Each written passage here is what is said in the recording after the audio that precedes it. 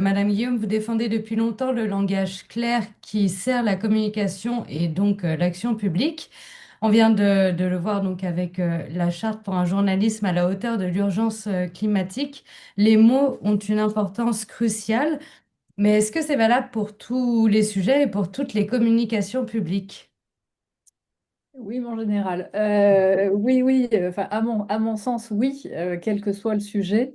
Alors, peut-être pour définir quand même très rapidement ce que ça veut dire le langage clair, il y a une définition qui vient enfin, il y a une norme ISO qui est sortie en 2023 sur cette démarche de langage clair et qui dit la chose suivante, c'est un texte est écrit en langage clair lorsque l'information est facile à trouver, facile à comprendre et facile à utiliser. Et ça rejoint finalement ce que disait tout à l'heure Axel sur, j'ai noté, passer d'une logique de volume à une logique d'utilité. Voilà. Et donc, le langage clair, en fait, c'est une exigence d'intelligibilité. Ça veut dire euh, structurer l'information de manière à ce qu'elle soit comprise du premier coup par le plus grand nombre. Et le problème, c'est jamais la complexité du sujet, c'est l'obscurité de la formulation. Et donc, pour moi, oui, enfin, le langage clair à coup sûr sert à la communication publique et donc consubstantiel, on va dire, de l'action publique. D'une certaine manière, il y a un peu urgence, puisque euh, pendant que l'État produit en partie des textes incompréhensibles, ben, la désinformation, elle, les discours simplistes, les populismes occupent le terrain. Et les populistes ont parfaitement compris comment communiquer de façon simple, mais de façon pervertie. C'est-à-dire que diffuser des idées simplistes avec un langage simple, ça marche, parce que bah, les gens s'y retrouvent, parce que face à une certaine opacité institutionnelle, bah, c'est plus facile, hein, on va vers ce qui est le plus accessible. Et c'est justement ce qui m'intéresse dans cette démarche du langage clair, c'est que ça permet d'expliquer la complexité de manière, enfin, sans la dénaturer. Et c'est ça, c'est pas simple hein, à faire. On sait bien que c'est un peu comme, c'est plus facile d'écrire long que court. C'est plus facile souvent d'écrire complexe que simple et clair et limpide, de façon bien structurée euh, pour le récepteur, donc pour le citoyen, l'usager, etc. Mais n'empêche que c'est possible.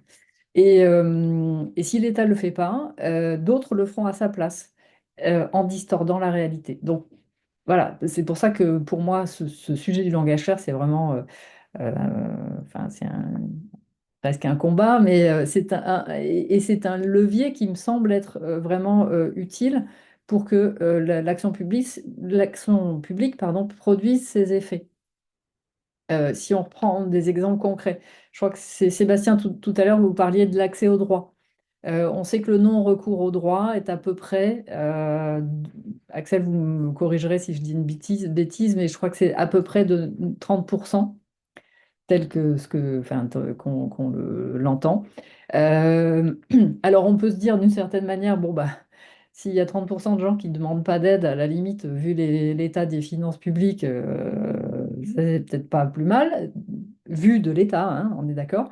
Mais sauf que de toute façon, c'est un leurre, parce que les politiques publiques qui ratent leur cible, ça produit à la fois de la précarité, de l'exclusion, de la défiance, et aussi, bah, au final, tout un tas de rattrapages qui vont finalement coûter plus cher si on réfléchit d'une manière tout à fait, enfin, très comptable sur la chose. Euh, il y a un autre sujet, c'est quand on comprend une information. Alors, je dissocie pas complètement moi, enfin, l'information, la communication, parce que voilà, tout ça est lié, a fortiori quand on parle de communication publique, je crois. Le sujet des changements de comportement. Quand vous parliez de santé publique, les campagnes de santé publique, elles fonctionnent évidemment que si les gens comprennent ce qu'on leur demande de faire et pourquoi. Et à l'époque du Covid, bah, vous en avez parlé, mais il y avait les fameux formulaires et il y a eu même un formulaire qui avait été refait en FALC de mémoire, facile à lire et à comprendre, parce que justement, il y avait tout un tas de gens qui savaient pas quelle croix à cocher, enfin, qui se retrouvaient pas du tout dans sur ces formulaires, ou en tout cas qui y passaient trop de temps. Et puis il y a le sujet de la confiance. On a fait une étude menée par un cabinet d'études pour savoir comment les Français comprenaient les écrits du quotidien. Parmi les chiffres qu'on a récoltés, 88% des Français disent faire davantage confiance à une organisation qui communique clairement. Alors on s'en doutait un peu que la confiance était liée à une communication claire, mais quand même 88%, c'est un chiffre quand même euh, voilà, qui est sans appel. Et donc, dans un contexte euh, dans lequel on est de défiance un peu généralisée, bah, la clarté, c'est un levier de légitimité. Je parlais des formulaires pendant le Covid, mais euh, je pense aussi aux formulaires CERFA, aux formulaires qu'on doit remplir enfin, à de multiples périodes de notre existence. Et si on calcule en fait le coût de l'incompréhension. Parce que pour revenir sur le sujet du budget, des budgets qui se réduisent, voilà, et où il faut faire moins mais mieux. Moins mais mieux, c'est trouver effectivement, j'ai noté aussi tout à l'heure, Axel, vous avez dit, sans preuve de performance, c'est pas soutenable. Priorité à la com à valeur ajoutée. Et la valeur ajoutée, je pense qu'elle peut se retrouver notamment dans une communication euh, compréhensible, clair pour tous. Et je me suis amusée à faire un petit calcul qui vaut ce qui vaut, ce sont des hypothèses, mais si on prend sur un exemple, un formulaire d'aide sociale, pas compréhensible, mettons qu'il y ait 200 000 demandes par an et qui suppose de remplir ce formulaire. 30% d'erreurs à peu près dues à l'incompréhension. Ça fait 60 000 dossiers à corriger manuellement. Et si on se dit que ça prend un quart d'heure par dossier, ce qui est déjà pas beaucoup, ça fait 15 000 heures. 15 000 heures, c'est 9 temps plein sur un an. Mobilisés pour corriger, c'est-à-dire pour répondre aux personnes qui ne savent pas faire, pour recontacter les gens parce qu'ils n'ont pas rempli la case si truc muche dans le formulaire, etc., etc. Il faut savoir qu'il y a 1 800 formulaires CERFA en circulation. Alors la DITP, la Direction de la transformation publique, est engagée sur un chantier de simplification depuis plusieurs années maintenant, et notamment sur ce chantier pardon, de la révision des formulaires CERFA. Sauf que euh, dans les chiffres que j'ai pu entendre, ils ont démarré en 2021 et en 2023, ils avaient revu 84 formulaires. Il y en a 1 800. À ce rythme, on en a pour 40 ans. Donc, je sais bien que c'est pas seulement un sujet de réécriture, parce que évidemment, ça serait trop simple, mais malgré tout, si on compare les choses et qu'on se dit, ben, même s'il y a un chantier de révision d'un formulaire qui suppose de solliciter évidemment des gens du juridique, du métier, etc., etc., de rassembler différentes compétences, on est très, très, très, très loin de 9 temps plein sur un an.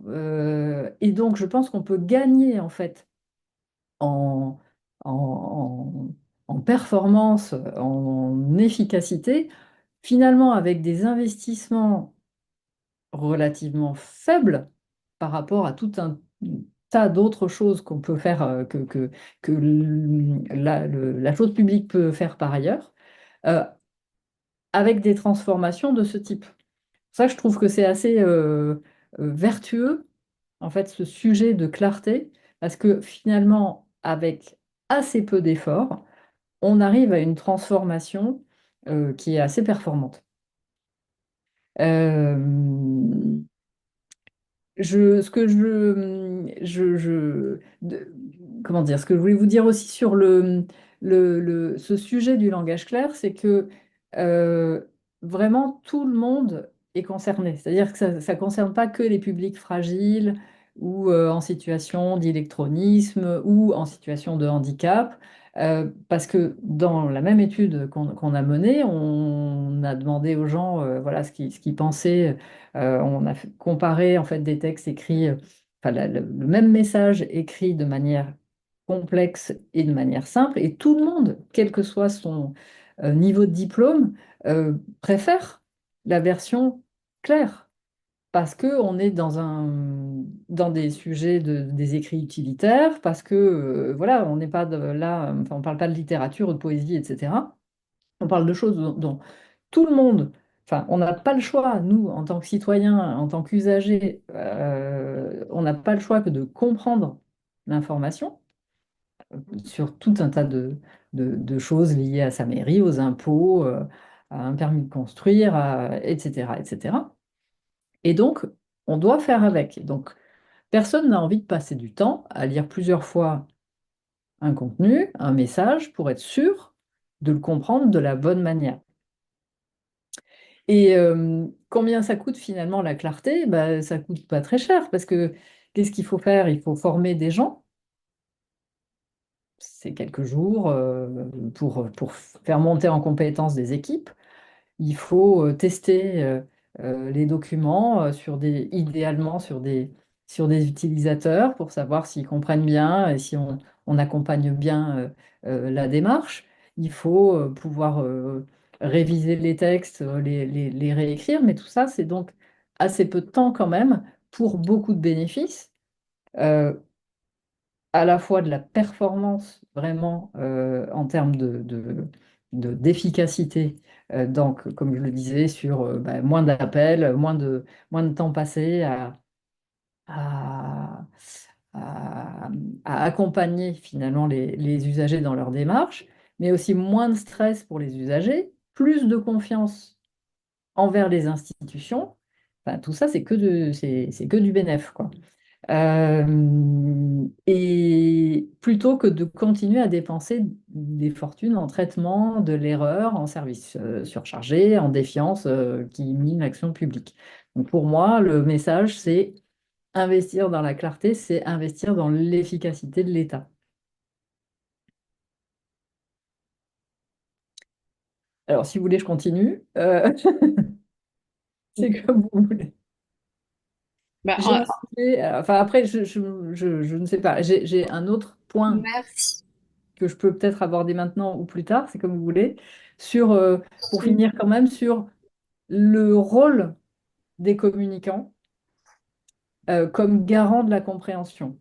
Parce que là, je pense que l'Assemblée, là, je suppose qu'il y a beaucoup d'étudiants et quelques anciens étudiants, de ce que j'ai compris, là, qui nous écoutent.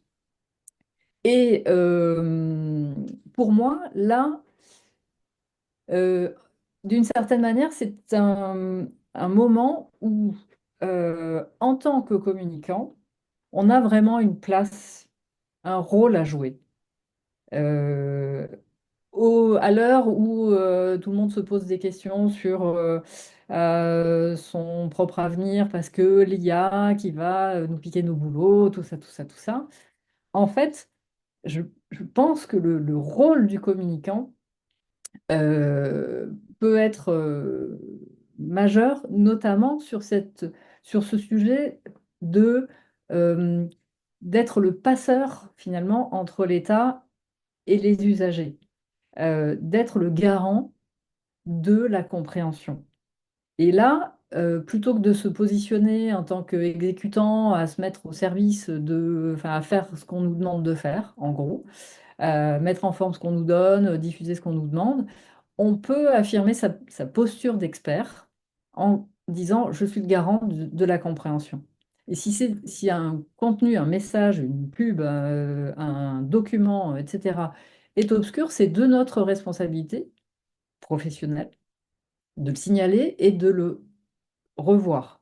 Pour ça, pour être capable d'aussi interagir et d'avoir les arguments vis-à-vis de sa hiérarchie, il faut maîtriser la compétence. Parce que voilà, on l'apprend pas. Enfin, écrire en langage clair, c'est pas si évident. On l'apprend pas à l'école et au contraire, on apprend un peu carrément. Alors, je parle pas du master, mais je parle de avant, dans la progression scolaire académique. On nous apprend plutôt à parler enfin, à écrire à peu près de la manière opposée, hein, à avoir jamais utilisé le même terme pour expliquer la même chose, parce que sinon on nous accuse de manquer de vocabulaire, etc., etc.